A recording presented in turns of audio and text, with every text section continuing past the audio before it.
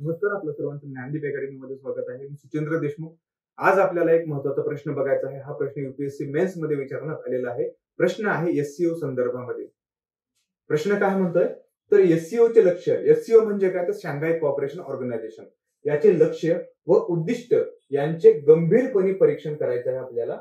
आणि भारतासाठी त्याचे महत्व काय आहे, कशाचे महत्व काय आहे, तर शांघाय कोऑपरेशन ऑर्गनायझेशनचे भारतासाठी महत्व काय आहे हे आपल्याला आपल्या आन्सर मध्ये जे आहे ते मेन्शन करायचं आहे. ओके, आपला अप्रोच कसा असला पाहिजे.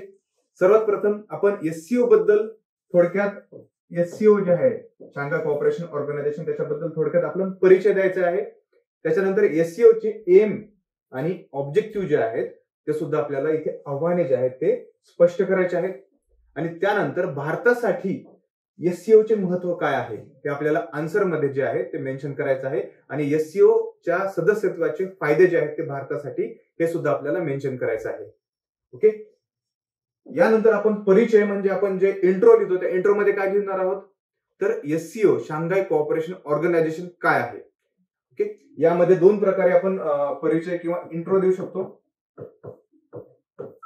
कसा देऊ शकतो, तर शांघाय कोऑपरेशन ऑर्गनायझेशन जे आहे ते एक युरेशियन, कशी आहे, एससीओ जी आहे ती एक युरेशियन राजकीय, आर्थिक आणि आंतरराष्ट्रीय सुरक्षा आणि संरक्षण संस्था आहे. 2001 मध्ये, लक्षात घ्या, 2001 मध्ये चीन आणि रशियाने ही स्थापन केलेली आहे. याचा जिओग्राफिकल एरिया आणि लोकसंख्येच्या संदर्भामध्ये ही जगातील सर्वात मोठी प्रादेशिक संस्था आहे. कशी आहे, जिओग्राफिकल एरिया आणि याची जी लोकसंख्या आहे त्याच्या बाबतीत जगातील सर्वात मोठी प्रादेशिक संस्था आहे, ज्याचे क्षेत्रफळ अंदाजे 80% आहे. आपण असं म्हणू शकतो की युरेशिया आणि जगाच्या लोकसंख्येच्या जवळपास एससीओ मध्ये 40% जे आहे ते लोकसंख्या आहे. किती, 40% आहे. 2021 पर्यंत आपण त्याचा जीडीपी जर काउंट केला 21-22 पर्यंत, तर एकत्रित जीडीपी जे आहे सुमारे, हा जो जीडीपी आहे एससीओचा तो 20% होता. म्हणजे जगाच्या जीडीपीच्या हा जो आहे तो 20% होता. ओके, एससीओ जो आहे तो शांघाय 5चा एक सक्सेसर किंवा उत्तराधिकारी आहे. शांघाय 5 आपल्याला माहिती आहे, त्याच्यापासून जे आहे एससीओ ची स्थापना झालेली आहे. आणि 1996 मध्ये पीपल रिपब्लिक ऑफ चायना, त्यानंतर कझाकिस्तान, किर्गिस्तान, रशिया आणि तजाकिस्तान दरम्यान हे जे आहे ते एससीओ ची जो शांघाय ग्रुप आहे, शांघाय 5 असं म्हणतो, आणि हा स्थापन झालेला होता. ओके, हे एक आपण एक टाइपचे इंट्रो लिहू शकतो. हे थोडंसं लेंदी झालं किंवा मोठं झालं इंट्रोडक्शन.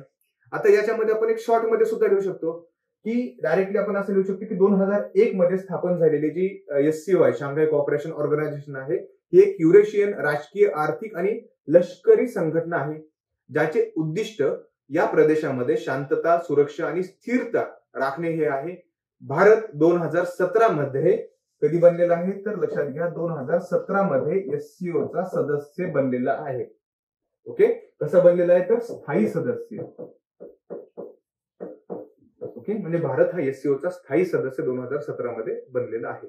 अशा प्रकारे आपण इंट्रो जे आहे ते इथे मांडू शकतो. ओके, दोन टाइप सांगितलेले, एक शॉर्ट आणि एक थोडासा, म्हणजे थोडासा आणखी इन डिटेल इंट्रो आहे. त्याच्यामध्ये शांघाय 5 वगैरे आपण मेन्शन करू शकतो. त्यानंतर मेन जी बॉडी आहे आपली, ओके, जी आन्सरचा मुख्य गाभा आहे, त्याच्यामध्ये आपण काय लिहू शकतो, तर एससीओ चे जे एम आहे, ओके, ते काय आहे, तर एससीओ चे जे एम आहे ते सदस्य देशामधील संबंध मजबूत करणे. ओके, हे आहे. पण भारत, आता लक्षात घ्या, एससीओ मध्ये काय होतं, एम कळालं, सदस्य देशांमधील संबंध जे आहेत ते रिलेशन्स आहेत. रिलेशन कसे करायचे, स्ट्रॉंग, म्हणजे मजबूत करायचे. ओके, आता याच्यामध्ये लक्षात घ्या, भारत, पाकिस्तान, रशिया, चायना या संबंधामध्ये जे ते भिन्नता आणि परस्पर विरोधी संबंधाचा एक जटिल मॅट्रिक्स तयार होतो. आपल्याला माहिती आहे की भारताचं पाकिस्तानचं रिलेशन कसं आहे, रशिया, चायना, भारताचं चायनाचं रिलेशन कसं आहे. याच्यामुळे याच्या रिलेशन मध्ये काय होतं, एक मॅट्रिक्स, एक जटिल मॅट्रिक्स तयार होतो. आपण इथे असं लिहू शकतो. उदाहरणासाठी चीनने आंतरराष्ट्रीय नियम आधारित आदेशाचा फारसा आदर केलेला नाही. आपल्याला माहिती आहे की चीनची जी आहे चेक बुक डिप्लोमसी, त्याच्या सोबतच चीनची वुल्फ वॉरियर जी आहे डिप्लोमसी असं म्हणतो, वुल्फ वॉरियर. ओके, दोन कीवर्ड जे आहेत ते महत्वाचे आहेत, आन्सर मध्ये हे यायला पाहिजेत, चेकबुक डिप्लोमसी आणि वुल्फ वॉरियर. ओके, याद्वारे मानवी हक्कांचे उल्लंघन इत्यादी जे आहेत एससीओचे उद्दिष्ट आणि उद्दिष्टांसाठी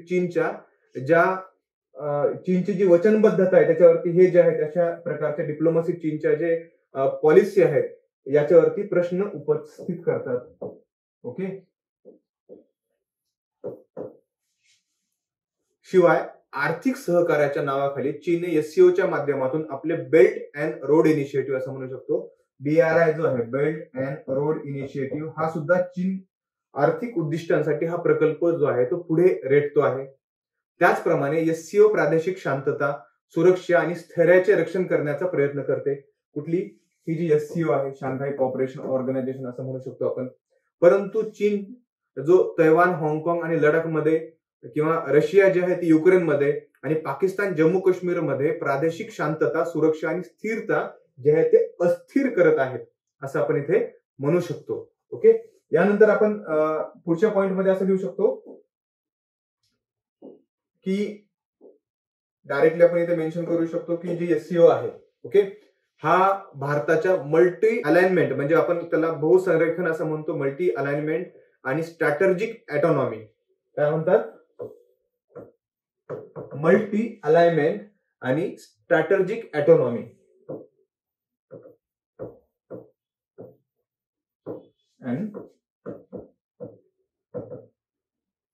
स्ट्रॅटेजिक, हे जे आहे स्ट्रॅटेजिक ऑटोनॉमी सामरिक स्वायत्तता असं म्हणतो, याचा पाठपुरवठा करण्याच्या धोरणाचा एक भाग आहे असं आपण इथे म्हणू शकतो. की त्यासोबतच दहशतवाद, कट्टरतावाद आणि अस्थिरता या आव्हानांमुळे भारतीय सार्वभौमत्व आणि अखंडतेला जो आहे तो गंभीर धोका निर्माण झालेला आहे. एससीओची जी आहे ती दहशतवाद विरोधी संस्था, रिजनल अँटी टेरर स्ट्रक्चर, त्याला रॅट्स असं म्हणतो, regional anti terror structure. Okay, RATS जी आहे या संदर्भात भारतासाठी ही जी आहे रॅट्स अँटी टेररिस्ट म्हणून उपयोगी ठरू शकते. ओके, यासोबतच आपण आणखी लिहू शकतो की एससीओ मुळे जे आहे ते भारताला मध्य आशियातील सेंट्रल एशियाचा धोरणात्मक पोहोच वाढवता येते. मध्य आशिया म्हणजे सेंट्रल एशियामध्ये भारताकडे अगोदरच आपण असं म्हणू शकतो की सॉफ्ट पॉवरची मोठी क्षमता आहे. भारत जो आहे तो एससीओचे सदस्य मध्य आशियाई देशांच्या खनिज आणि ऊर्जा संसाधनांमध्ये प्रवेश देऊन ऊर्जा सुरक्षिततेला आहे तो चालना देऊ शकतो.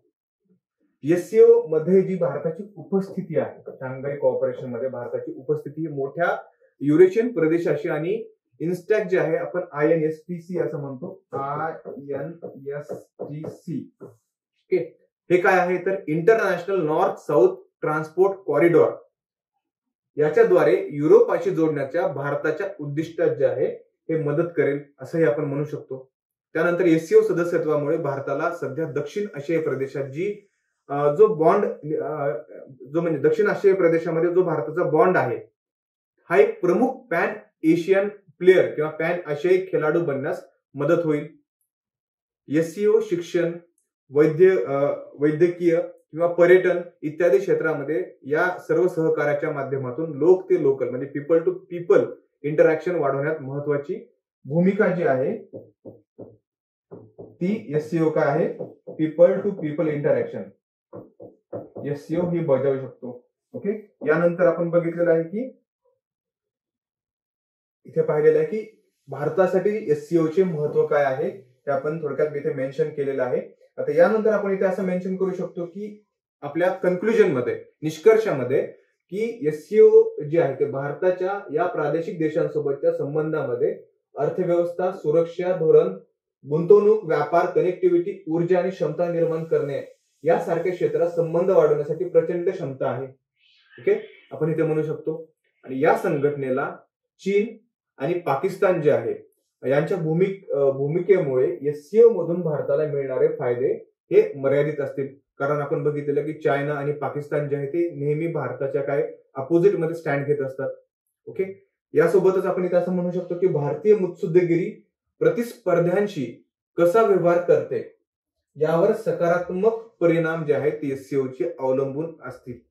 या पद्धतीने आपण आपलं कन्क्लुजन जे आहे इथे कन्क्लूड करू शकतो.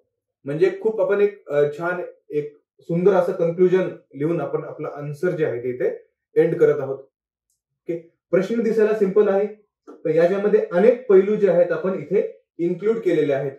ओके, एससीओ चे लक्ष्य आणि उद्दिष्ट आपण सांगितलेले आहेत, त्याचे गंभीरपणे परीक्षण सुद्धा केलेलं आहे आणि भारतासाठी एससीओ चे कशा पद्धतीने महत्व आहे, रॅट्स वगैरे बोललेलो आहोत आपण, दहशतवाद विरोधी जे आहे ते इथे महत्वाचं एक साधन ठरणार आहे. ओके, त्यासोबत आणखी इतर मुद्द्यांवरती सुद्धा आपण इथे चर्चा केलेली आहे आणि त्यासोबत आपण कन्क्लुजनने आपला आन्सरचा शेवट केलेला आहे. तुम्हाला हे आन्सर कसं वाटलं नक्की मला सांगा. आपण भेटूयात नेक्स्ट आपल्या क्वेश्चन आन्सर सेशन मध्ये. थँक्यू.